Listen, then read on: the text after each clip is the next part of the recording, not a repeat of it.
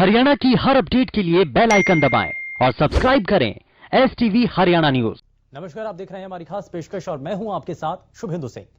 Congress party लगता है अब तक के अपने सबसे मुश्किल दौर से गुजर रही है और पहले तो कांग्रेस के नेता अंदरूनी गुटबाजी को लेकर के अक्सर बयानबाजी करते थे, लेकिन अब राष्ट्रीय स्तर के नेता भी खुले अल्फाजों में आलाकमान पर सवाल उठा रहे हैं। और इसी को लेकर के सबसे पहले जरा आप ये एक रिपोर्ट देखिए और रिपोर्ट के बाद चर्चा की शुरुआत करेंगे।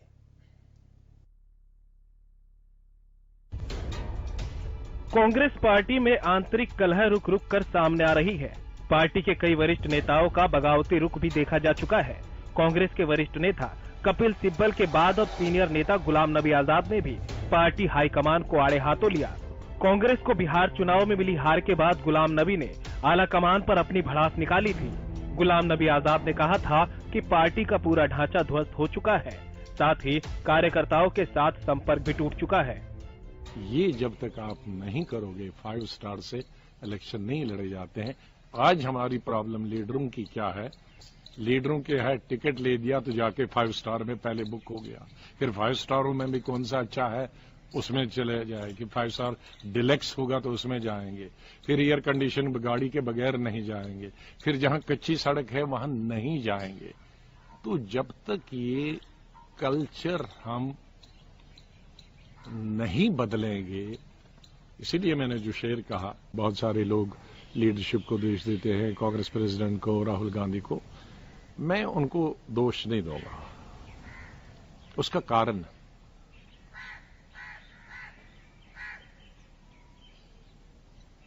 जो लोग वहां होते हैं उनका कनेक्ट टूट गया लोगों के साथ। वो ब्लॉक लोगों के साथ कनेक्ट टूट गया है, डिस्ट्रिक्ट लोगों के साथ कनेक्शन टूट गया। कांग्रेस हाईकमान ने हरियाणा 2019 विधानसभा चुनाव में गुलाम नबी आजाद को प्रदेश का प्रभारी बनाया था। हरियाणा में आपसी गुटबाजी को थामने के लिए सोनिया गांधी ने गुलाम नबी आजाद को जिम्मेदारी दी थी, लेकिन आज खुद गुलाम नबी आजाद आलाकमान पर सवाल उठा रहे हैं। हरियाणा कांग्रेस ने इस पूरे मामले पर कड़ी प्रतिक्रिया दी है। गुलाम नबी आजाद, कपिल सिब्बल और आनंद शर्मा पर आरोप लगाते हुए प्रदेश के पूर्व राज्य मंत्री सुभाष बत्रा ने पत्रकार वार्ता करते हुए कहा कि ये नेता पार्टी को कमजोर करने का काम कर रहे हैं और पार्टी के खिलाफ गलत गतिविधि कर रहे हैं। उन्होंने पार्टी हाईकमान से मांग की है कि तीनों नेताओं को पार्टी से निकाल दिया जाना चाहिए। हम ये महसूस कर रहे हैं कि गुलाम नबी आजाद और उसके साथी जो भी आज बोल रहे हैं वो भारतीय जनता पार्टी के इशारे पे कांग्रेस को कमजोर करने की एक साजिश कर रहे हैं। और हम कांग्रेस लीडरशिप से ये मांग करते हैं, हम उनको चिट्ठी भी लिखेंगे, सोनिया जी को, राहुल जी को, और हम मिलेंगे कि ऐसे नेताओं को जिन्होंने हमेशा, वो कई बार हरियाणा के प्रभारी रहे हैं। भाई साहब आप कह रहे थे हरियाणा से उनका क्या कनेक्शन? हरियाणा के प्रभारी रहे हैं, एक बार नहीं 3-4 बार प्रभारी रहे हैं। और हम ये चाहते हैं कि वो बोलना बंद करें। आज जरूरत है कांग्रेस को इकट्ठा करने की, आज जरूरत है बीजेपी के खिलाफ लड़ने की। उन्होंने फिर शुरू कर दिया, घमासान शुरू कर दिया। कहने का भाव ये है कि मैं और कृष्ण मूर्ति जी हुड्डा, जो हम दोनों इकट्ठे मंत्री थे, आज ये महसूस करते हैं और हम 1972 से कांग्रेस से जुड़े हुए हैं। आप अंदाजा लगा लीजिए, 48 साल से ज्यादा हमें राजनीति में हो गए। और 72 में कृष्ण मूर्ति जी भी डेलीगेट थे, मैं भी डेलीगेट था। अच्छा, इसमें आप डिमांड क्या करते हैं? हम डिमांड ये करते हैं कि इनको नोटिस देकर इनके खिलाफ अनुशासनिक कार्रवाई सख्त से सख्त होनी चाहिए। इनको पार्टी से निकाल देना, पार्टी से निकालनी चाहिए। पार्टी को तोड़ने का काम कर रही है। ये पार्टी को तोड़ने का, पार्टी की लीडरशिप को डैमेज करने का, पार्टी को नुकसान पहुंचाने का काम कर रहे हैं। और बीजेपी के इशारे पे काम कर रहे हैं। और बीजेपी के इशारे पे काम कर रहे हैं। गुलाम नबी के खिलाफ कार्रवाई के लिए कांग्रेस नेता कुलदीप बिश्नोई ने भी आवाज उठाई है। बिश्नोई ने आजाद को घेरते हुए कहा कि वो पार्टी को तोड़ने की कोशिश कर रहे हैं। सोशल मीडिया के जरिए अपना गुस्सा जाहिर करते हुए उन्होंने आजाद के खिलाफ पार्टी की तरफ से कड़ा एक्शन लेने की मांग की। आज मैंने गुलाम नबी आजाद साहब का वक्तव्य सुना, बड़ी हैरानी हुई, बहुत तकलीफ हुई और बहुत गुस्सा भी आया कि इतना सीनियर आदमी इस प्रकार का गैर जिम्मेदारान बयान, और वो भी पब्लिक प्लेटफॉर्म पर दे। इसकी जितनी भी निंदा की जाए मैं समझता हूं कम है। आजाद साहब कहते हैं कि चुनाव निचले लेवल से ऊपर तक आने चाहिए। ठीक है, लेकिन वो इस बात का मुझे जवाब दें कि जब उन्हें जम्मू और कश्मीर का युवा का अध्यक्ष अपॉइंट किया जा रहा था, उस वक्त चुनाव की बात क्यों नहीं कही? जिस वक्त उन्हें ऑल इंडिया यूथ का प्रधान अपॉइंट किया जा रहा था, उस वक्त उन्होंने चुनाव की बात क्यों नहीं कही? आज सिर्फ पार्टी को तोड़ने की साजिश जो आजाद साहब विपक्षी पार्टियों के साथ मिलकर कर रहे हैं, मैं आपको आजाद साहब बता देना चाहता हूं कि हम इस आपके षड्यंत्र को कामयाब नहीं होने देंगे। क्या इतिहास है आपका? पूरे जीवन में सिर्फ 3 चुनाव आपने जीते हैं, आप कांग्रेस पार्टी को नसीहत देते हैं। 5 बार जिस गांधी परिवार ने आपको राज्यसभा के अंदर अपॉइंट किया हो, नॉमिनेट किया हो, आप आज उस गांधी परिवार के खिलाफ बात करते हैं। क्या इतिहास है? 2 बार लोकसभा, 1 बार विधानसभा। अरे आपसे यह चुनाव तो मैंने जीते हुए हैं, 6 चुनाव जीत चुका हूं मैं अभी तक, आज भी चुनाव जीता हुआ बीच में बैठा हूं, 2 लोकसभा और 4 विधानसभा। आपका क्या इतिहास है? जम्मू कश्मीर में कोई आपको पूछता नहीं है, आप आके यहां पर अपने आप की नसीहत देते हैं। कांग्रेस पार्टी ने आपको हरियाणा का विधानसभा से पहले आपको प्रभारी बनाया, बेड़ा गर्क करके रख दिया आपने कांग्रेस पार्टी का। आज आपकी बजाय कोई और प्रभारी हमारा होता तो आज कांग्रेस पार्टी की सरकार हरियाणा प्रदेश के अंदर होती। आप गांधी परिवार को नसीहत देते हैं, उनके खिलाफ गद्दारी करते हैं आप। क्या इतिहास है आपका? गांधी परिवार का इतिहास भूल सकता है कोई? इंदिरा जी ने देश के लिए जान दी, राजीव जी ने देश के लिए जान दी, सोनिया जी ने इनके पति की हत्या कर दी गई हो, उस महान नारी ने कांग्रेस पार्टी के मजबूती के लिए अध्यक्ष पद को स्वीकार किया। आज राहुल जी पूरे हिंदुस्तान में घूम घूम कर कांग्रेस पार्टी को मजबूत करने में लगे हुए हैं। उतनी मेहनत कोई कर सकते हैं राहुल जी कर रहे हैं। प्रियंका गांधी कंधे से कंधा मिला के अपने भाई के साथ और मां के साथ कांग्रेस पार्टी को मजबूत करने में लगी। आज आप उस गांधी परिवार से गद्दारी करते हैं। कांग्रेस के अंदर मची घमासान पर हालांकि विरोधी भी चुटकी लेने से बाज नहीं आ रहे। दुष्यंत चौटाला ने पार्टी पर निशाना साधते हुए कहा कि आज कांग्रेस में जिस तरीके से नेता अपने आला नेताओं पर आरोप प्रत्यारोप लगा रहे हैं, उससे कांग्रेस में बिखराव होना तय है। दुष्यंत ने हुड्डा से सवाल किया कि हुड्डा ये साफ करे कि वो गुलाम नबी की टीम में है या फिर सोनिया की टीम में। उन्होंने हुड्डा पर कटाक्ष करते हुए ये भी कहा कि जिस गाड़ी के स्टीयरिंग की बात भूपेंद्र हुड्डा करते हैं, शायद 1 महीने बाद ये स्टीयरिंग भी कुमारी शैलजा उनसे छीन लेगी। कांग्रेस की तो फुटारी आपको दिख चुकी है। परसों कपिल सिब्बल क्या बोले थे और आज तो गुलाम नबी आजाद ने सारे रिकॉर्ड तोड़ दिए। और गुलाम नबी आजाद के खिलाफ अब कुलदीप बिश्नोई हो, चिरंजीव राव हो, मुझे लगता है भूपेंद्र हुड्डा को ये डिसाइड करना पड़ेगा कि वो सोनिया गांधी की टीम में है या गुलाम नबी की टीम में है। और आपको दिखा दूंगा कि अगले 1 महीने के अंदर कांग्रेस के अंदर किस तरह का बिखराव होगा, फुटारा होगा। फिर शायद जो स्टीयरिंग हुड्डा साहब लिए घूम रहे थे और गाड़ी सुरजेवाला के पास थी, शायद शैलजा जी वो स्टीयरिंग भी इनके हाथ से छीन के। कांग्रेस के अंदर उठ रही दबी आवाज से एक बात तो साफ है कि शीर्ष नेतृत्व को आत्ममंथन की बेहद जरूरत है। जिस सोनिया गांधी ने 90 के दशक में कांग्रेस को इतना मजबूत किया था कि पार्टी 2 कार्यकाल पूरे कर सत्ता पर आसीन रही थी, आज 50 के करीब सांसदों पर ही सिमट कर कैसे रह गई है। Bureau report, Haryana news.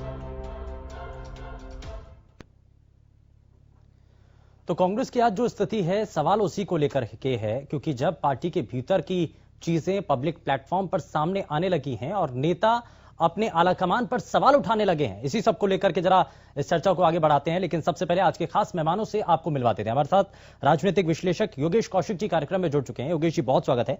Bharatiya Janata party से प्रवक्ता रमन मलिक जी हमारे साथ कार्यक्रम में है। रमन जी बहुत स्वागत है आपका।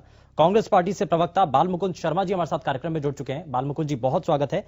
और जननायक जनता पार्टी से प्रवक्ता दलबीर धनखड़ जी हमारे साथ कार्यक्रम में जुड़ चुके हैं। दलबीर जी बहुत स्वागत है आपका कार्यक्रम में। लेकिन शुरुआत बालमुकुंद शर्मा जी आपसे ही कर रहा हूं, ये हो क्या रहा है? आखिर कांग्रेस में इतनी गुटबाजी क्यों है? अगर कोई संगठन में बदलाव की बात करता है तो उसको पार्टी से बाहर करने के लिए तमाम नेता खड़े हो जाते हैं। धड़ा बन जाता है जो ये कहने लगता है कि आप गांधी परिवार के खिलाफ हैं। अगर संगठन में सुधार की कोई बात करता है तो पार्टी विरोधी गतिविधि कैसे हो जाती है वो?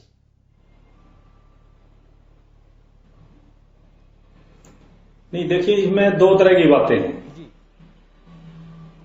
एक आपने ये सवाल किया कि जो पार्टी संगठन में सुधार की बात करता है लोग उसके खिलाफ हो जाते हैं। विषय ये नहीं है। प्रजातंत्र डेमोक्रेसी कोई एक जगह नहीं है कि हमें बोलने की आजादी है। डेमोक्रेसी किसी के घर में भी डेमोक्रेसी होती है। प्रजातंत्र का मतलब यह है कि बोलने का अधिकार है तो सबको है, लेकिन बोलने की व्यवस्था होती है। कोई सीनियर लोग अगर जिन्होंने शासन में, पार्टी में एक महत्वपूर्ण भूमिका निभाई हो पिछले समय में, पिछले 30-40 साल से, और अब वो किन्हीं कारणों से अगर किसी विषय पर लेकर के उनका मतभेद है तो प्लेटफॉर्म पर जाकर के बात उठाएं। जो लोग मीडिया में आते हैं तो इसका मतलब ये झलकता है कि या तो उन लोगों में संयम की कमी है या फिर उनको प्रजातांत्रिक मूल्यों का ज्ञान नहीं है। तो यही एक विषय रहा है और मुझे नहीं लगता इसमें कोई पार्टी की फूट है या पार्टी में इस तरह की परिस्थितियां हैं। पब्लिक प्लेटफॉर्म में आने की नौबत यही है कि पार्टी के भीतर उनकी सुनवाई नहीं हो रही है, इसलिए उनको सार्वजनिक मंचों पर आकर के अपनी बातों को रखना पड़ रहा है, ये बताना पड़ रहा है कि पार्टी के भीतर क्या चल रहा है। देखिए मैं बताता हूं, ऐसा भी नहीं है। पार्टी ने अपना विस्तार किया और उस विस्तार में नए लोगों को जगह दी।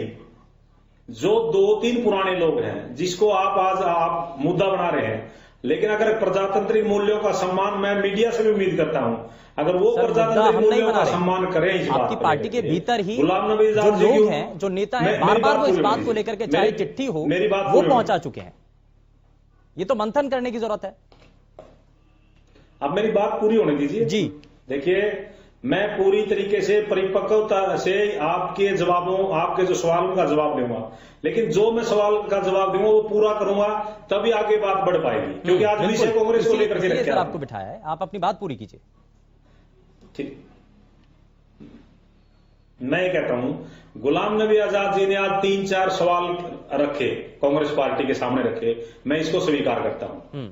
लेकिन मैं ये कहना चाहता हूं, गुलाम नबी आजाद जी जो आज चुनाव की बात कर रहे हैं, ब्लॉक स्तर पर, संगठन स्तर पर, या जिला स्तर पर, या राज्य स्तर पर, या राष्ट्रीय स्तर पर है, उस व्यक्ति ने तो चुनाव से कभी कोई लेना देना नहीं रखा। वो जब भी हुए हैं, अपॉइंट हुए हैं, वो चाहे प्रदेशाध्यक्ष रहे हो, राष्ट्रीय अध्यक्ष रहे हो युवा के, या आज तक जिंदगी में 3 चुनाव लड़े उन्होंने। क्या अगर उन्होंने तो आप ये मान के चलिए, बात कही है, अगर चुनाव का अगर वो जिक्र कर रहे हैं सर, तो क्या वो गलत है? क्या वो गलत है? हाँ गलत है, मैं बताता हूं। मैं बिल्कुल गलत। मैं पार्टी का अधिकृत प्रवक्ता हूं, जो मैं आपको बयान जारी करूंगा, अपनी तरफ से बात रखूंगा, वो पार्टी की आवाज है। ये आप मानते हैं? हाँ। मानते हैं ना? बिल्कुल बिल्कुल सर, आप जो कहेंगे तो वही। हाँ। हमारे गुलाम नबी आजाद जी ने जो शब्द व्यक्त किए, वो प्लेटफॉर्म उनका ठीक नहीं था। उन्होंने मीडिया में जाकर के जो बात करी वो पार्टी के प्लेटफॉर्म पर रखनी चाहिए थी। और आप ये भी खुद मानते हैं, आप मीडिया को इतने सालों से कवर करते रहे होंगे, कि क्या गुलाम नबी आजाद जी को भी प्लेटफॉर्म नहीं मिला होगा? उन लोगों को इस बात का इल्म है गुलाम नबी आजाद जी को कि अब उम्र में उनके साथ नहीं है, वो 75 से ऊपर हो चुके हैं। वो लोग छोड़ना ही नहीं चाहते अगर किसी चीज को, वो जकड़े रखना चाहते हैं। और उस समय ऐसी हास्यास्पद बात करते हैं, जो लोग जिंदगी में 3 बार चुनाव लड़े उन्होंने आज तक। बाल मुकुंद जी, कांग्रेस पार्टी की जो स्थिति रही है, हर कोई विश्लेषक यही आकलन करता है कि अपने सबसे बुरे दौर से गुजर रही है। तो अब कोई नेता कांग्रेस पार्टी का अगर सामने आकर के कह रहा है कि हमें आकलन करने की जरूरत है, तो क्या इस बात में कहीं खराबी है? देखिए मैं ना केवल कांग्रेस का प्रवक्ता हूं, बल्कि मीडिया से जुड़ा रहा हूं और सब पत्रकारिता में पोस्ट ग्रेजुएट डिग्री होल्डर हूं। मैं खुद अपने बारे में आपको बता, क्या हार जीत एक सिक्के के 2 पहलू नहीं है? अगर एक पार्टी हार रही है, क्या आप ये बताइए, जब शाइनिंग इंडिया करके भारतीय जनता पार्टी औंधे मुंह गिरी और उसके बाद लगातार 10 साल हम सत्ता में रहे, तो भारतीय जनता पार्टी ने क्या सोचा? भारतीय जनता पार्टी के तो राष्ट्रीय अध्यक्ष कैमरे पर रिश्वत लेते हुए अगर बीजेपी कहीं हार रही है तो सर उसका सवाल उनसे करूंगा। मैं आपसे पूछना चाह रहा हूं, हार का कारण क्या है? मंथन तो करना पड़ेगा ना। मैं प्रजातांत्रिक मूल्यों की बात कर रहा हूं। चलिए, आपके नेता ये कह रहे हैं कि बीजेपी इसके पीछे जिम्मेदार है, विपक्षी पार्टियां इसके पीछे जिम्मेदार हैं। तो अगर आपकी पार्टी के भीतर कोई बड़ा नेता अगर सवाल उठा रहा है संगठन को लेकर, आप आरोप लगा देते हैं बीजेपी के ऊपर, कह रहे हैं षड्यंत्र कोई रच रहा है। मैं बताता हूं, जो हमारा ताना बाना था प्रजातंत्र का, उसको तहस नहस किया बीजेपी ने। धर्म के नाम पे, जाति के नाम पे बरगलाया जा रहा है लोगों को। ये आपकी पार्टी के भीतर भी अगर कुछ हो रहा है तो वो भी बीजेपी कर रही है क्या? आप देखना। नहीं, आपकी पार्टी के भीतर जो गुटबाजी है उसके पीछे भी क्या करी है? आप उस बात पे नजर। हाँ, नहीं, आपके नेता तो यही कह रहे हैं ना, कोई गुटबाजी है ही नहीं ना जी। आपको गुटबाजी कहां नजर आई?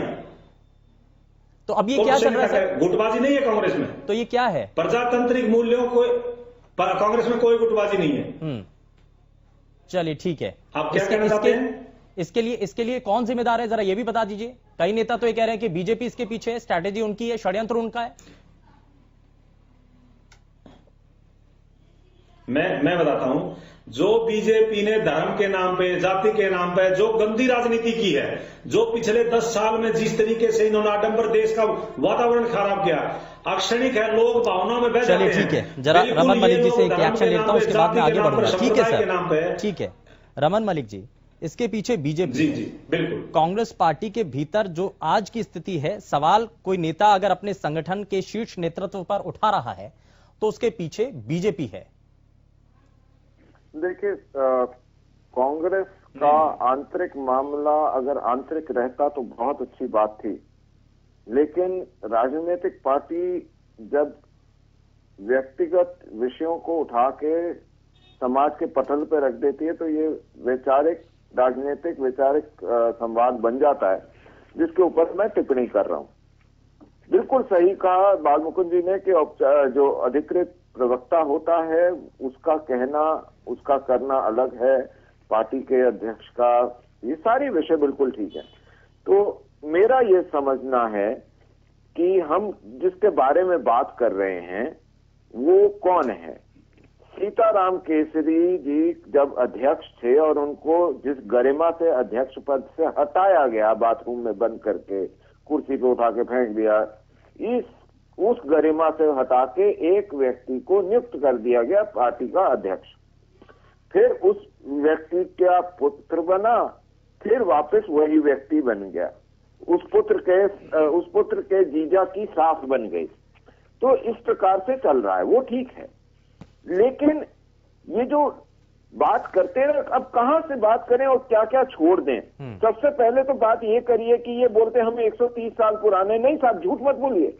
कांग्रेस वो ओरिजिनल थी जो कामराज जी और मुरारजी भाई के साथ थी, उन्होंने जनता पार्टी के साथ अपना विलय करके हैंड ओवर कर दिया था और आईएनसी का टैग 2 साल के लिए खाली रहा था। वो आईएनसी इंदिरा गांधी ने वापस लिया और आज भी अपने आप को आईएनसी कहला रहे हैं, ये सत्य है। कितनी बार वर्टिकल स्प्लिट हुआ कांग्रेस का, ये भी हमको पता है।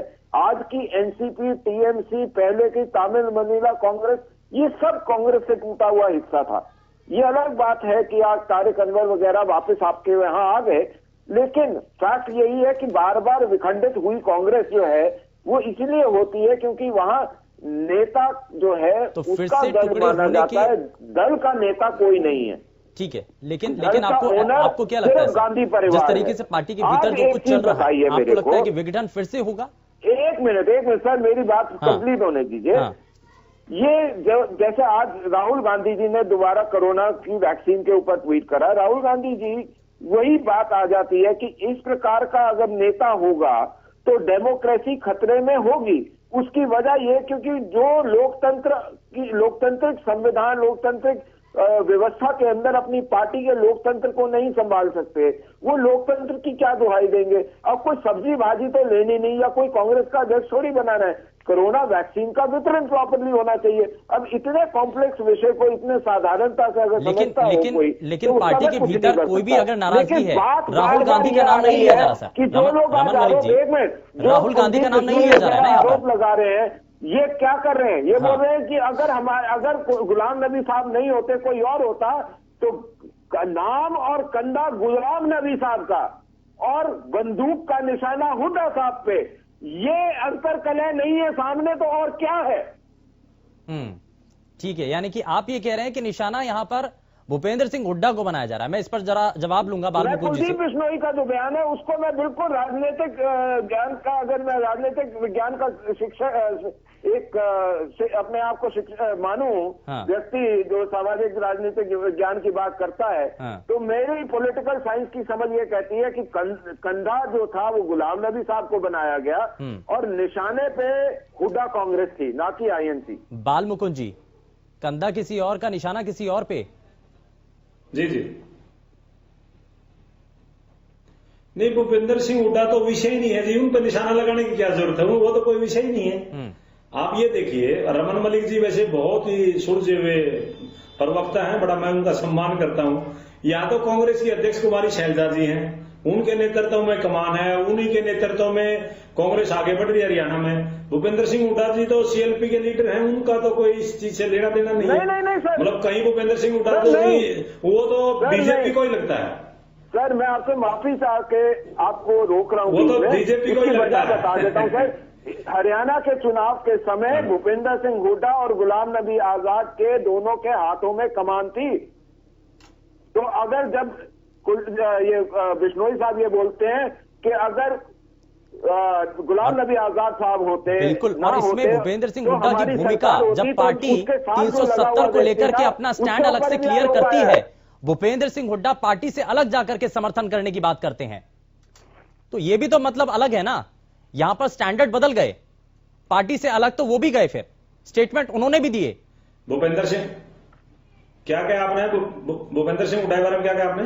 नहीं, भूपेंद्र सिंह हुड्डा ने स्टेटमेंट क्या दिया फिर 370 को लेकर के? पार्टी का स्टैंड क्या था और भूपेंद्र सिंह हुड्डा और दीपेंद्र हुड्डा ने क्या स्टैंड किया? अलग था कि नहीं था? नहीं, उसमें तो गुलाम नबी आजाद और भूपेंद्र सिंह हुड्डा ही अलग। मेरा सवाल क्या है?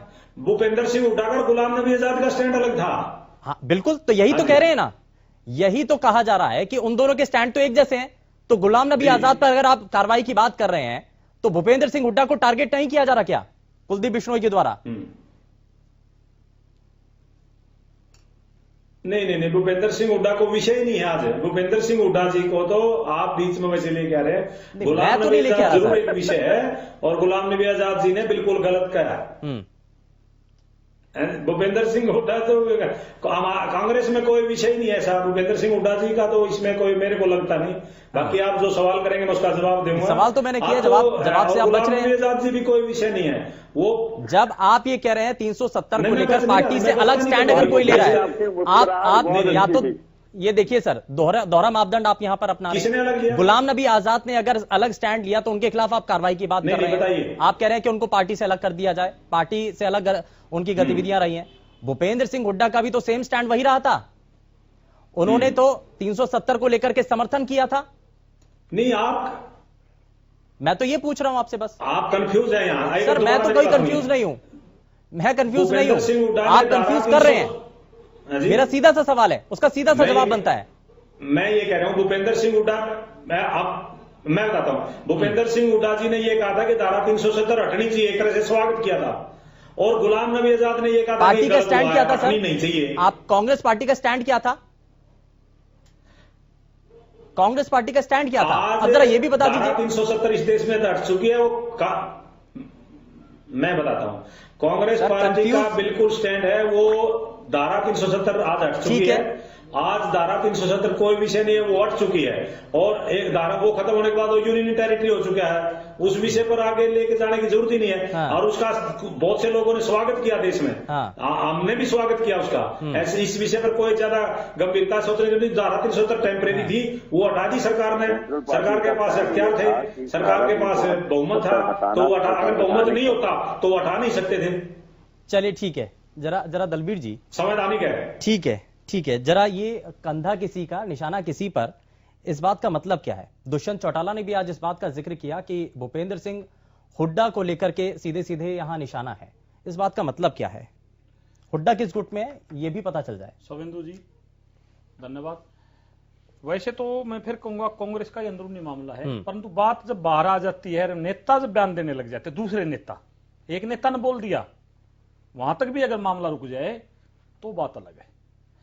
अब हमारे अधिकार प्रवक्ता कांग्रेस के मेरे मित्र, मेरे छोटे भाई ने कहा जो मैं बयान दूं वो आप सही मानने। बिल्कुल, आप बिल्कुल ठीक करें, आप पार्टी की तरफ से बैठे, हम तो मान रहे भाई इस बात को, आप जो कहेंगे सही कहेंगे।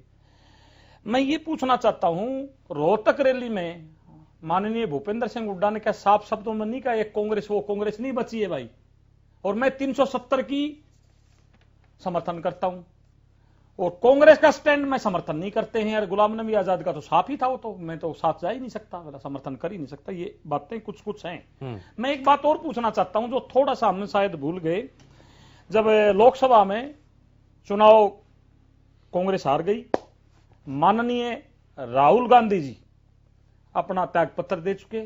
उसके बाद जो पहली मीटिंग दिल्ली में हुई थी उसमें 20 व्यक्तियों ने बंद लिफाफे में साइन करके साफ शब्दों में लिख दिया उनमें आजाद साहब भी थे, भूपेंद्र सिंह हुड्डा भी थे, कपिल सिब्बल भी थे, आनंद साहब भी थे, बड़े नेता थे इनके, समझ कर सब बड़े नेता थे।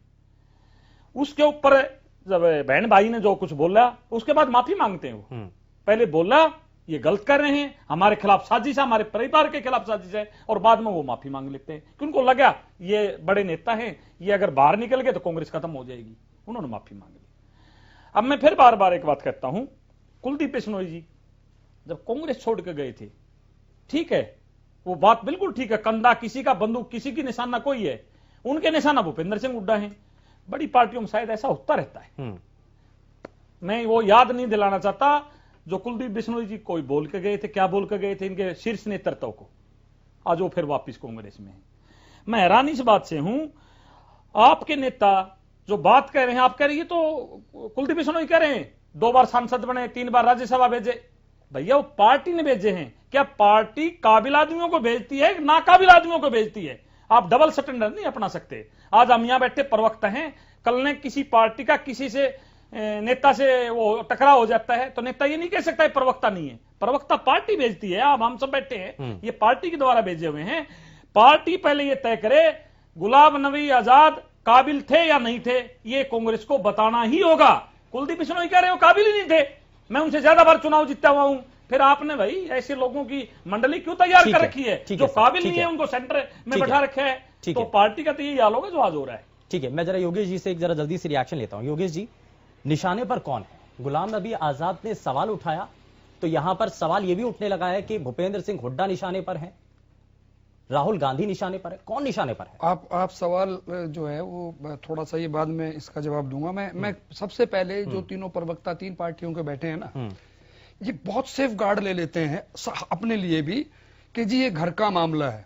घर का मामला किसी का भी नहीं है, मैं तीनों प्रवक्ताओं को बोलना चाहता हूं। उसकी वजह है, घर का मामला तब है जब मैं अपनी पार्टी अपना पैसा लगा के चला रहा हूं। ये अपना पैसा लगा के कोई पार्टी नहीं चल रही है, ये जनता का पैसा लिया जाता है, जनता से पैसा लेके चुनाव लड़ा जाता है, जनता के दम पे आप लोग हैं, तो जनता के जवाबदेह हैं, चाहे घर के अंदर चाहे घर के बाहर। तो आज से मेरी रिक्वेस्ट है, या तो जस्टिफाई करें ये लोग कि घर का मामला है। मेरे हिसाब से बिल्कुल घर का मामला नहीं है, ये मामला पब्लिक का होता है जब भी कभी ऐसे झगड़े होते हैं, चाहे किसी की पार्टी में हो। अब मैं आता हूं कांग्रेस के का कहने से पहले मैं इनको समझा देना चाह रहा हूं कांग्रेस वालों को कि बीजेपी से कुछ सीखना क्यों नहीं चाहते हैं ये लोग, मैं समझ नहीं पा रहा हूं। अब आप देखिए, ये बिहार का चुनाव समाप्त नहीं होता है, अपने अमित शाह साहब बंगाल जाके बैठ जाते हैं और बंगाल में उससे पहले ही वो अपना प्रोग्राम चालू कर देते हैं। अच्छा बुरा राजनीतिक जो भी काम है, अब कांग्रेस उसे गलत कहेगी, जो भी कहेगी मैं मान लेता हूं, उनकी निगाह में गलत है, बीजेपी की निगाह में ठीक है। बीजेपी एक प्रोसेस में विश्वास रखती है, वो हारे या जीते। जैसे अभी बड़ौदा का चुनाव है, हार गए कोई बात नहीं, लेकिन उनका प्रोसेस देखिए कितना खूबसूरत, कितना अच्छा था, सारे लोग जुटे हुए नजर आए थे। इनके यहां पे उस दिन भी ऐसा नजर आ रहा था कि हुड्डा जी और उनकी टीम चुनाव लड़ रही है सिर्फ और सिर्फ, ठीक है। ये लोग उससे नहीं सीखते। उसके बाद प्लानिंग सीखे उनसे, प्लानिंग नहीं सीखेंगे उनसे, ठीक है। उसके बाद ये लोग जो मोदी जी को 2014 में बनाया गया, उसकी प्लानिंग 2012 से शुरू कर दी थी इन्होंने अपना जो भी एजेंडा चलाना था कि Gujarat model, Gujarat model, Gujarat model, अच्छा था बुरा था छोड़ दीजिए, इन्होंने उस टाइम किसी का ध्यान नहीं दिया। अब मैं आता हूं कांग्रेस पे। कांग्रेस को जो ये बात कर रहे हैं, 100 साल पहले ये वो लोग शुरू हुए, और मैं मानता हूं जो रमन भाई ने बोला ये सच है कि जो एक्चुअल कांग्रेस थी वो वाकई टूट गई थी। वो के कामराज वगैरह ने, इन्होंने कांग्रेस, इंदिरा जी को बाहर निकाल दिया था और इंदिरा जी ने फिर अपनी कांग्रेस शुरू की, ये सच है। लेकिन जब तक के कामराज जी थे तो चुनाव एक डेमोक्रेटिक तरीके से होता रहा है, पर जब से इंदिरा जी आई तो इंदिरा जी ही सारा का सारा काम संभालती थी और करती थी, ठीक है। अब उसके बाद राहुल जी आते हैं। देखिए जनरेशन जब चेंज होती है, राहुल जी आते हैं। अभी बताया नहीं कांग्रेस के प्रवक्ता ने कि राहुल जी ने ये प्रोसेस शुरू किया था, यूथ में चुनाव कराए थे, ऐसा हुआ था, ठीक है, लेकिन उसमें वो फेल हो गए क्योंकि ग्रुपबाजी इतनी होगी, झगड़े इतने हो गए कि इनके संभाले नहीं संभले वो, और जो चुन के आया वो अपने आप को तोप समझने लग गया। जबकि ये चाहते हैं कि छत्रप हम पैदा करेंगे, कोई पैदा होके नीचे से छत्रप ना आए। तो वो छत्रप जो है, जो भी आए उनमें 2-3 तो छोड़ के चले गए थे यूथ वाले, ठीक है। अब मैं ये कहना चाह रहा हूं कि जो ये राहुल जी हैं, क्या वो कहीं से चुनाव लड़के अध्यक्ष बने थे? वो भी नॉमिनेटेड थे।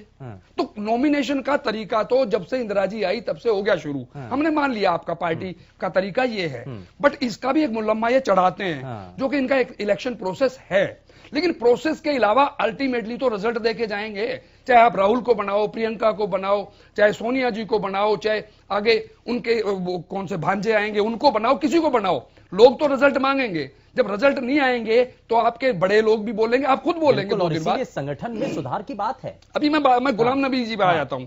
गुलाम नबी जी के बारे में जल्दी से सर। हाँ, गुलाम नबी जी के बारे में बिल्कुल 100/100 बात सही कही गई है कि वो चुनाव के एक आदमी नहीं है, इसमें सही है, लेकिन वो संगठन के आदमी हैं। उनको संगठन के तरीके से इन्होंने यूज किया, लेकिन वो भी सक्सेसफुल नहीं रहे, तो इसलिए उनको बोलने का अधिकार भी नहीं है। लेकिन जो लोग भी बोल रहे हैं वो सारे के सारे बेसलेस लोग हैं, उनको अपनी परेशानी है। गुलाम नबी जी की मैं पॉलिटिकल विश जानता हूं, उनको राज्यसभा चाहिए, वो ये लोग देंगे नहीं। अब ये पहले भी हम जिक्र कर चुके हैं, क्योंकि इनके पास जगह नहीं है। अब क्या है कि अगर आपके पास पावर हो, आपके पास कुछ देने के लिए हो तो ये जमे रहते हैं, अदरवाइज तो रास्ता ढूंढते हैं ये लोग। तो ये अपना रास्ता तो तलाशेंगे ना कहीं से। जो चिट्ठी बम फूटा था उसमें तो और भी लंबी फेरी। हाँ, उनमें सबकी समस्याएं हैं, कई नेता के नाम। अब मैं वही जवाब देता हूं, ऐसा है जैसे बीजेपी है, आज के दिन सरकार में किसी को कुछ भी दे सकती है, पर कांग्रेस के पास देने के लिए है नहीं। तो अब मेहनत करनी पड़ेगी, काम करना पड़ेगा, और उस काम के अंदर साबित करने की जरूरत भी है। अभी करना चाहिए, अभी काम करने का समय है। पर मैं ये भी सहमत हूं जो हुड्डा जी और ये कह रहे थे कि अब मिलकर काम करना चाहिए, लड़ने के लिए रुकना होगा। लेकिन मैं योगेश जी वापस जब लौटूंगा तो जरा आपसे जवाब भी लूंगा कि निशाने पर आखिर कौन है, इस सवाल का जवाब अभी तक नहीं मिला है। लेकिन मैं बता दूं, हमारे साथ इनेलो से प्रवक्ता रणवीर लोहान जी भी कार्यक्रम में जुड़ चुके हैं। बहुत स्वागत है रणवीर जी आपका। मैं ब्रेक पर जरा जाना है, वापस आऊंगा तो आपसे भी रिएक्शन लूंगा, लेकिन जरा जाने से पहले एक सवाल भी जो हमने आपके सामने लगातार रख रहे हैं, जरा एक बार फिर से आपको वो सवाल बता दें। सवाल है कि क्या संगठन में बदलाव के बाद कांग्रेस में नई जान आ सकती है? आपको क्या लगता है? अगर आपको लगता है कि वाकई में ऐसा होगा तो हां के लिए आपको यस टाइप करना है, ना के लिए आपको नो टाइप करना है और हमें भेज देना है।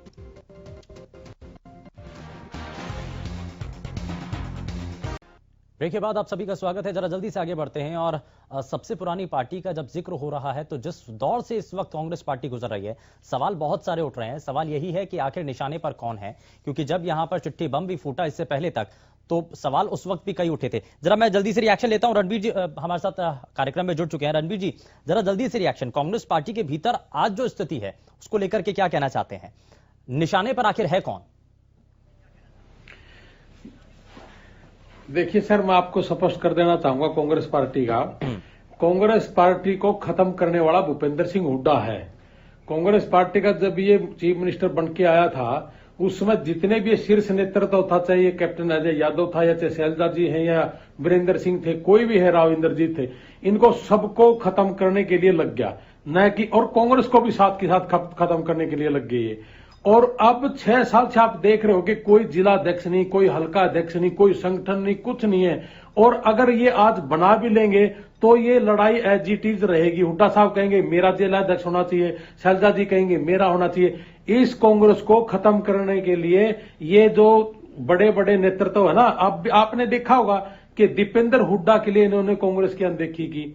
अगर दीपेंद्र हुड्डा का नाम नॉमिनेट नहीं होता राज्यसभा के लिए तो कांग्रेस में फिर वही स्थिति आ जानी थी। तो ये टकराव तो कांग्रेस में है और रहेगा।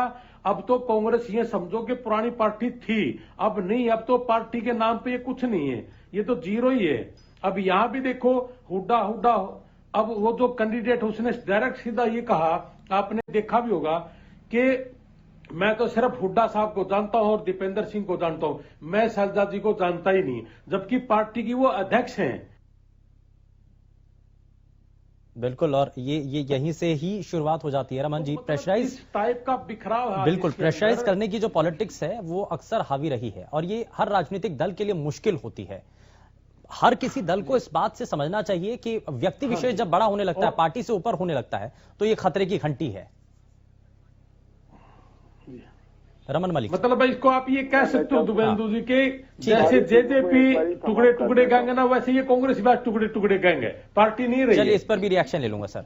ठीक है, रमन जी से जरा जवाब। हाँ, सबसे पहली बात जो बात अगर हम करें गुलाम नबी आजाद साहब की, तो उनका दर्द जो है वो मैं आपको बता देता हूं। और उनके साथ साथ ये जो टुकड़े टुकड़े गैंग जो नया पैकेजिंग में आया है ग्रुप करके, इनका भी बता देता हूं। इन सबका मर्ज और दर्द एक ही है कि इनको डर लग रहा है रोशनी एक्ट के ऊपर चल रही इंक्वायरी के ऊपर, जो कि 25,000 करोड़ का लैंड स्कैम है। तो उससे ज्यादा डर कोई नहीं है, कोई ना कोई इनको चाहिए ताकि हमारे को किसी तरीके से इम्यूनिटी मिले। अब आ जाइए बात, इम्यूनिटी मिलेगी कहां से सर? जो अभी तक आरोप लग रहे हैं बीजेपी इसके पीछे है। अगर कॉन्स्टिट्यूशनल पोजीशन नहीं होगी तो इम्यूनिटी मिलने के चांसेस खत्म हो जाते हैं बिल्कुल। हाँ। दूसरी चीज आ जाइए, अब ये सारी बात की, ये जो कुलदीप बिश्नोई जी और भूपेंद्र सिंह हुड्डा की बात है, ये आपने और बहुत अच्छा एंगल आपने उठाया कि ये 23 जो लोग थे चिट्ठी में लिखने वाले, उसमें ये भी एक थे हुड्डा साहब, उनके खिलाफ तो किसी की आवाज नहीं है, क्योंकि हरियाणा के अंदर भूपेंद्र सिंह हुड्डा कांग्रेस है, इंडियन नेशनल कांग्रेस नहीं है। क्यों? उसका जो प्रूफ है वो ये है, देखिए सर, पहले भूपेंद्र सिंह हुड्डा के बंदे पहले बंसीलाल कांग्रेस होती थी को नहीं, जो निवर्तमान थे डॉक्टर अशोक तंवर, उनके सर पर लठ बांध देते हैं, क्योंकि ये गुंडाई है कि मेरा मर्जी मेरी पार्टी है, यहाँ पे किसी और का दम नहीं है सामने बोलने का। तो ये तो है इनकी असलियत। बाकी जहां तक बात करें बाकी नेताओं की, चाहे वो रणदीप सिंह सुरजेवाला है, उनका भी याद है आपको जींद में निपटा दिया वाला स्टेटमेंट, और जहां तक शैलजा जी हैं उनकी राज्यसभा उठा के अपने बेटे को दे दी। अब ये सारा जब आप देखते हैं, ये लोग भी अपनी ताक में है, ये समय आने पे करेंगे। लेकिन हाँ, इतना जरूर कह सकता हूं कि प्रदेश के अंदर इंडियन नेशनल कांग्रेस कभी भी सरकार नहीं बना पाएगी, ये पक्का है। और वर्तमान में हुड्डा कांग्रेस प्रदेश के अंदर विपक्ष में बैठी है, ये वास्तविकताएं हैं। कुलदीप बिश्नोई ने तो ये कहा कि अगर हमारा प्रभारी अलग होता, गुलाम नबी आजाद नहीं होते, तो हमारी तो सरकार बनने वाली थी, कांग्रेस की सरकार बनती। हुड्डा सिंह जी भी तो थे, गुलाम नबी साहब के साथ हुड्डा जी बराबर का संदान में ले रहे थे। 2 बैल थे इस पूरे हाकने में, 2 बैल थे, एक गुलाम नबी आजाद, एक भूपेंद्र सिंह हुड्डा। तो अगर एक बैल गलत था तो दूसरा बैल कैसे नहीं गलत हो सकता? ठीक है, बालमुकुंद शर्मा जी।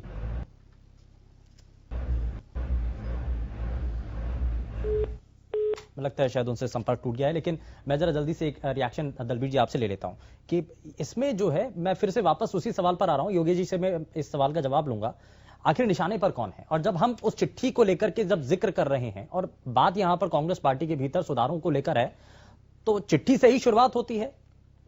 वहां पर जिन जिन नेताओं ने अपनी बातें रखी, सवाल उठाए, आखिर उनको क्यों हमने साइडलाइन कर दिया है? सिर्फ जो सबसे आगे था उसी को हम टारगेट कर रहे हैं। सर, कांग्रेस में एक अलग तरह की बात है, सही मुद्दा कहीं है, चल हम कहीं रहे। कांग्रेस में सबसे बड़ा मुद्दा ये है, बिहार में वहां जिनसे इन्होंने महागठबंधन किया, कांग्रेस को उन्होंने रिजेक्ट कर दिया, पिकनिक बना रहे थे राहुल गांधी और उनकी बहन। बहुत बड़ा दाग है, बहुत बड़ा धब्बा लगाया है बिहार ने। यूपी में अखिलेश जी ने कह दिया हम कांग्रेस के साथ नहीं जाएंगे। मैं फिर कहता हूं, कांग्रेस में श्रीमती सोनिया गांधी जी राहुल गांधी को रखना चाहती हैं, कांग्रेस का मेरे बाद मेरा बेटा ही सब कुछ हो, परंतु कांग्रेस के जो पुराने नेता है वो मान चुके हैं राहुल गांधी जी कामयाब नहीं होंगे, पॉलिटिक्स में नहीं होंगे, क्योंकि वो सीरियस के पॉलिटिशियन नहीं है। इसमें मैं आपको उदाहरण दे सकता हूं। उदाहरण ये है, अशोक तंवर जैसे हिंदुस्तान में जो कांग्रेस ने प्रदेशों के अध्यक्ष बनाए थे, आज वो एक भी कांग्रेस में नहीं है।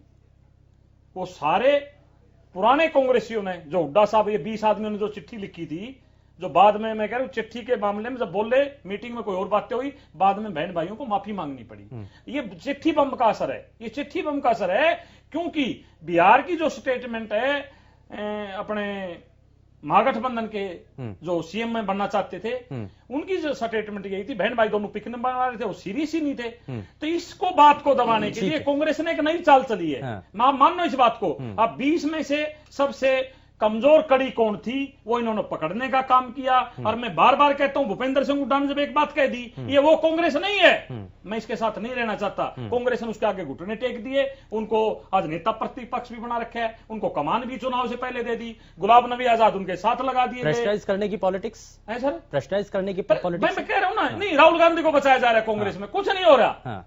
एक की बलि दे देंगे, राहुल गांधी बच जाएंगे। नहीं तो ये बातें उठ जाएंगी बिहार से और यूपी से। जो काबिल नहीं है जो राहुल जी, उनको कांग्रेस बचाना चाहती है, ये सीधी सीधी। ठीक है, बाल मुकुंद शर्मा जी, बचाने की कोशिश हो रही है, लेकिन प्रेशराइज पॉलिटिक्स भी है, जिस वजह से हरियाणा में कई नेता आगे हैं।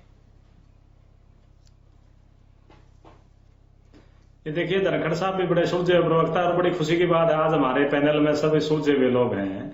लेकिन बहुत सुलझे लोग होने के बाद बहुत झूठ बोल रहे हैं। अब ये वो एक तो धनखड़ साहब को मैं करेक्ट करते हुए, चिट्ठी लिखने वाले 20 की वजह 23 लोग थे, इनको थोड़ा मैं और करेक्ट कर देता हूं। और ये कह रहे हैं कि दोनों बहन भाइयों ने माफी मांगी। कैसे शब्दों में प्रयोग कर रहे हो धनखड़ साहब? मैं कहता वो 23 के 23 आदमी कोमा में आज किसी को सवाल या जवाब देने की हैसियत ही नहीं रही। वो गलत लिखी चिट्ठी उन लोगों ने। हरियाणा प्रदेश से भी किसी सोनिया का नाम जी था बीमार हैं और हॉस्पिटलाइज हैं जी। उस चिट्ठी वाली लिस्ट में हरियाणा के किसी नेता का भी नाम था जो कोमा में है? सिंह हुड्डा जी का नाम था, कुलदीप शर्मा का नाम था। आप कह रहे हैं कि वो कोमा में है?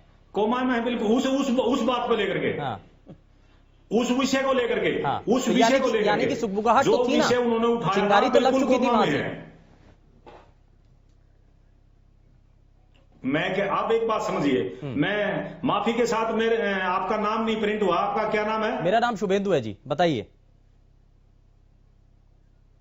शुभेंदु जी, माफी चाहता हूं मैं, क्योंकि मुझे नाम पता नहीं रहा। नहीं। शुभेंदु जी, मैं ये कहता हूं जो विषय ये लोगों ने लिखा, 23 लोगों ने जो विषय लिखा, वो विषय इस तरीके का था ही नहीं जो उन्होंने चिट्ठी लिखनी पड़ी। उस समय तो सोनिया जी बीमार थी, हॉस्पिटलाइज थी, और इन्होंने इस तरीके की बात लिख दी। बाद में ये जो धनखड़ जी ने ये बोला माफी मांगने की बात करें, मैं कहता हूं इन 23 लोगों ने माफी मांगी है, और बिल्कुल कोमा में। मैं भी इस बात को रिपीट कर रहा हूं, इनको चिट्ठी लिखनी। पिकनिक मनाने की बात पर बोलो ना, बिहार के तेजस्वी यादव ने क्या कहा? बहन भाई दोनों पिकनिक मनाने आते थे, इसलिए हम हार गए। यूपी में क्यों कहा अखिलेश यादव जी ने हम कांग्रेस से गठबंधन ही नहीं करेंगे? सर, ये मानने को क्यों नहीं तैयार हैं कि पार्टी के भीतर अगर परफॉर्मेंस अच्छी नहीं चल रही है तो कम से कम उसको लेकर मंथन कर लिया जाए। अगर कोई नेता आकर के सवाल उठा रहा है कि पार्टी के अंदर गतिविधियां ठीक नहीं है, परफॉर्मेंस अभी ठीक नहीं चल रही है, लगातार हम हार रहे हैं, तो असेसमेंट तो करना चाहिए ना। ये गलत थोड़ी है फिर। हार जीत प्रजातंत्र में एक सिक्के के दो पहलू हैं। कोई विषय नहीं है हार जीत, हमारी विचारधारा विषय है। विषय ये है, आप सुनिए मेरी बात, और आप लोग बाकी लोग भी सुनिए। ये जो क्षेत्रीय दलों के लोग हैं, हालांकि भारतीय जनता पार्टी आज शासन में है, और जिस तरीके से वो भगवान राम का नाम लेकर के 2 सीटों से और 100 सीटों पे आई, फिर 200 पे आई, 300 पे आई, कभी लव जिहाद, कभी धर्मोन्माद, कभी किसी तरीके से, कभी आपने भी तो जनेऊ पहना। मेरी बात सुनिए सर, मेरी बात सुनिए। हमारी गंगा जमनी और एक नया गोत्र भी बना दिया। हमारी गंगा जमनी तहजीब है। आप पूरी बात सुन, आप मेरी बात सुनिए रमन मलिक जी। मैं तो खुद ब्राह्मण हूं, और मेरा सौभाग्य है कि मैं आप जैसे लोगों के साथ बात कर रहा हूं। आप पूरी बात होने दीजिए। चलिए ठीक है सर, ये मैं बता तो रहा हूं सर, मैं तो विनती सर, नहीं बाल मुकुंद जी, आप विनती तो सुनिए, सीधा सा सवाल। मैं एक बात नहीं, हाँ ठीक है, आप जरा जवाब दीजिए सर, जल्दी से, वरना आप कह देंगे कि मेरे को बोलने नहीं दे रहे। आप अपना जवाब दे दीजिए पहले। हम केवल विचारधारा की लड़ाई लड़ रहे हैं। हार जीत कोई विषय नहीं है कांग्रेस के लिए। हम इसी विचारधारा पर हम विचारधारा क्या है जगाएंगे। ये जो लोग नफरत फैलाने वाले लोग हैं, विचारधारा क्या है? गांधी परिवार भी प्यार या कांग्रेस पार्टी? एक तो ये मान के चलिए, विचारधारा है क्या? जो लोग नफरत की राजनीति, गांधी परिवार विचारधारा है या कांग्रेस पार्टी की विचारधारा है? कांग्रेस एक सोच है, एक विचारधारा है, और वो अमन चैन का पैगाम देगी और देश का विकास करेंगे। हमने देश को बेचना नहीं है। रमन जी कुछ कहना चाह रहे हैं, जल्दी से रिएक्शन, फिर उसके बाद में बेचना नहीं, हमने देश को बनाना है। बोल दूं, उसकी ये है कि अगर बाल मुकुंद जी ये मैसेज अपने कांग्रेस आला कमान को दे दें तो बहुत अच्छा रहेगा। और मैं पॉलिटिकल साइंस के स्टूडेंट के हैसियत से बोल रहा हूं कि होता क्या है, जब एक कंपनी के मालिक को ये लगता है कि कंपनी चलाने के लिए मेरे वंश में लोग अच्छे नहीं हैं, तो वो एक सीईओ अपॉइंट कर देते हैं, और सीईओ कंपनी चलाता है। स्टेक होल्डर्स भी बचे रहते हैं, कंपनी की वेल्थ भी रहती है।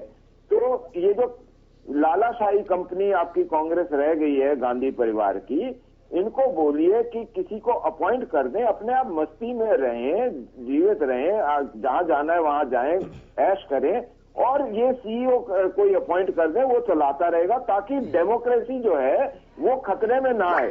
कहीं ये ना हो कि ये जिम्मेवारी भी राष्ट्रवादी लोगों के ऊपर आ जाए कि देश को एक सक्षम विपक्ष दे। एक सक्षम विपक्ष ही सत्तारूढ़ दल बन सकता है। ठीक है, ये याद रखिए। ठीक है सर, ठीक है। योगेश जी, मैं जरा जल्दी से इस पर जवाब देना चाहता हूं कि विपक्ष कमजोर है, इसी को लेकर के बार बार ये कहा जा रहा है कि अगर सरकार भी अगर सही तरीके से काम कर रही है, अगर सरकार के सामने भी कोई मुश्किल है या कोई कमी नजर आती है, तो विपक्ष उतना मजबूत नहीं है।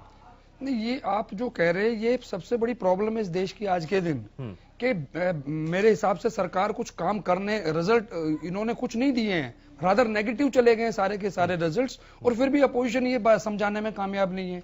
उसके बावजूद वो इलेक्शन जीत जाते हैं। उनको ये समझ में आ गया है कि काम की कोई जरूरत नहीं है, काम के बिना भी हम चुनाव जीत सकते हैं। उनका अपना एजेंडा है, उस एजेंडे पे मैं कह रहा हूं कांग्रेस के मेरे भाई को अगर ये परेशानी है, ये जायज है, क्योंकि आपकी आइडियोलॉजी उनसे मैच नहीं करती, मैंने मान लिया, पर वो अपनी आइडियोलॉजी से जीत रहे हैं। अब वो जीत रहे हैं तो आप अपने जीत का फार्मूला जब तक नहीं बनाएंगे तो कम से कम विपक्ष एक मजबूत तो नहीं हो पाएगा ना। तो मजबूत विपक्ष देश के लिए बहुत जरूरी है, और देश विपक्ष को भी माफ नहीं करेगा अगर बर्बादी इस तरीके से चलती रही तो। क्योंकि मैं जानता हूं देश के हालात बहुत अच्छे नहीं है, बैंक बिक रहे हैं, रेलें बिक रही हैं, मतलब कंपनीज बिक रही हैं, पैसा है नहीं। अभी अभी एक 100 साल पुराना बैंक बिक गया है, ठीक है, वो बर्बाद हो गया है। तो मतलब इतने बुरे हालात होने के बाद अगर आप लोगों को जागरूक नहीं कर सकते, लोगों के बीच में खड़े नहीं हो सकते, अभी किसान परेशान है, अगर मजदूर परेशान है, आप लोग क्या करोगे? आपस में लड़ोगे? मतलब मैं कांग्रेस को कह रहा हूं स्पष्ट, अगर आपस में आप लड़ते रहे, देश आपको भी कभी माफ नहीं करेगा, क्योंकि ये जिम्मेवारियां आपकी हैं। और अगर ऐसा नहीं होगा तो मैं फिर एक बात करता हूं, एक वैक्यूम क्रिएट होता है हर चीज के लिए। एक वैक्यूम क्रिएट अगर हो गया तो मुझे लगता है क्षेत्रीय दल सारे मिलकर वो अपोजिशन हो जाएंगे और कहीं कांग्रेस खत्म ही ना हो जाए। वाकई ये बहुत बड़ा कलंक लगेगा अगर ऐसा हुआ तो। ठीक है, मैं दलबीर जी से रिएक्शन लूं, लेकिन जरा उससे पहले रणबीर जी कुछ कहना चाह रहे हैं? जी, मैं तो सिर्फ एक ही स्पष्ट बात कहना चाहूंगा कि बंसीलाल जी जब चीफ मिनिस्टर थे, उनको कांग्रेस ने डाउन करने के लिए भजनलाल को यूज किया था, और भजनलाल जी जब पावर में थे तो उनको खत्म करने के लिए हुड्डा साहब को यूज किया था। और हुड्डा साहब जब पावर में आए तो ये सारे के सारे जो आज हरियाणा के अंदर लीडर हैं, ये सारे हुड्डा साहब के साथ थे शुरू में भजनलाल को खत्म करने के लिए। आज हुड्डा साहब से सारे के सारे अलग हैं। अब हुड्डा की बारी है, और हुड्डा जो कांग्रेस कांग्रेस कह रहे हैं ना, ये हुड्डा कांग्रेस कुछ नहीं है। हुड्डा कुछ दिन का मेहमान और खत्म है। अब तो यहां किसान पार्टी रहेगी और अक्षेत्रीय दल इंडियन नेशनल लोक दल रहेगा, और वही किसानों का भला कर सकता है, किसान और कमेरे वर्ग का। और भारतीय जनता पार्टी भी कुछ दिन की मेहमान आपने देख ही लिया होगा। तो मैं सिर्फ कहना चाहूंगा कि ये टुकड़े टुकड़े कहेंगी होगी। अब ये पार्टी वार्टी कुछ नहीं रही है, कोई संगठन नहीं, कोई किसी का मानता नहीं, इनका राष्ट्रीय अध्यक्ष नहीं, हरियाणा अध्यक्ष की मानता नहीं। ठीक है सर, रमन जी, पार्टी कहाँ है? पार्टी नहीं है। ये आज में तो जीरो होगी। और ये मैं कह सकता हूँ कि आज के दिन अगर कांग्रेस ने पूरे देश का नाश मार दिया, विपक्ष नाम की चीज नहीं है, विपक्ष की भूमिका नहीं निभा पाते। चलिए ठीक है, ये तो सवाल बार बार उठाए जा रहे हैं। ठीक है रणबीर जी, ठीक है, आप देख रहे हो कोई पार्टी यहाँ विधानसभा में अभय सिंह चौटाला जी की साथ आप ये कोई भी किसी को भी लगा लो, जब आप नाकाबिल व्यक्ति को कुर्सी की तरफ लेकर जाओगे तो दिक्कतें आएंगी। वो क्लेम नहीं कर सकते, प्लान बना ही नहीं सकते। कभी किसान की मैं आपको कहता हूं बिहार से आवाज क्यों उठी? गठबंधन में चुनाव लड़ा, तेजस्वी यादव जी क्या कह रहे हैं? भाई बहन भाई दोनों पिकनिक मना रहे थे, सीरियस चुनाव नहीं लड़ा। मैं फिर कहता हूं इनकी समस्या ऊपर की है, एक एक को बलि का बकरा बनाया जाएगा। जहां तक कंधा बंदूक है वो क्षेत्रीय जो राजनीति है, जैसे भूपेंद्र सिंह हुड्डा जी हैं, कुलदीप जी हैं, ये दूसरे लोग हैं जैसे रणदीप सुरजेवाला, शैलजा जी को स्टेज पर भी नहीं चढ़ने दिया। ऐसा भी हमने बड़ौदा में देखा, वो वीडियो आया था, सबने देखा था। यहां मैं अलग तरह की बातें करता हूं। जो कांग्रेस एक पार्टी है, राष्ट्रीय पार्टी है, बड़ौदा में उनका कैंडिडेट क्या कह रहा है टिकट मिलते ही, मैं भूपेंद्र सिंह हुड्डा का आदमी हूं जी। मैं तो भूपेंद्र सिंह हुड्डा जो कुछ करेंगे उन्होंने चुनाव जिताना है, मैं किसी का पार्टी का नहीं हूं, मैं भूपेंद्र। ये मतलब एक्शन क्यों नहीं लिया? इतनी पुरानी पार्टी है तो क्यों नाकाबिल व्यक्ति ऊपर बैठे हुए हैं। मैं फिर कहता हूं अब जो चिट्ठी मना आए थे एक एक करके उनको बलि का बकरा बनाया जाएगा। बचाना किसको है? राहुल गांधी जी को। ठीक है, बचाना किसको है वो भी सामने है, लेकिन यहां संगठन के अंदर बदलाव लाने की जरूरत है। समय ज्यादा इजाजत नहीं देता, बहुत शुक्रिया सभी खास मेहमानों का कार्यक्रम में अपना समय देने के लिए। लेकिन जरा जाने से पहले आज का जो सवाल हमने कार्यक्रम की शुरुआत में आपके सामने रखा था, एक बार फिर से जरा वो सवाल आपको दिखा देते हैं। और सवाल यह था कि क्या संगठन में बदलाव के बाद कांग्रेस में नई जान आ सकती है? हां और ना में आपको अपना जवाब देना था। जरा देख लेते हैं कि आप सभी की तरफ से इस सवाल का जवाब क्या दिया गया है, और जवाब आपको जरा दिखाएं। जवाब आपकी टीवी स्क्रीन पर इस वक्त 68% लोगों की तरफ से हां में जवाब दिया गया है। तो यानी कि संगठन में बदलाव के बाद कांग्रेस में नई जान आ सकती है, ये आप सभी लोगों का ये मानना है। लेकिन कांग्रेस पार्टी इसमें कितना भरोसा करती है, कितना यकीन उनको इस पर होता है, क्या वाकई में वो बदलाव के लिए तैयार है, या फिर आप अगर कोई भी सवाल उठाता है पार्टी के भीतर तो उसको बाहर का रास्ता दिखा दिया जाता है? ये ऐसे कई सवाल हैं और पार्टी को ये देखना भी होगा कि संगठन को मजबूत करने वाले नेताओं को आगे बढ़ाने की क्या जरूरत है और सवाल उठाने वालों को कैसे टैकल किया जाए। फिलहाल के लिए बस उतना ही। नमस्कार।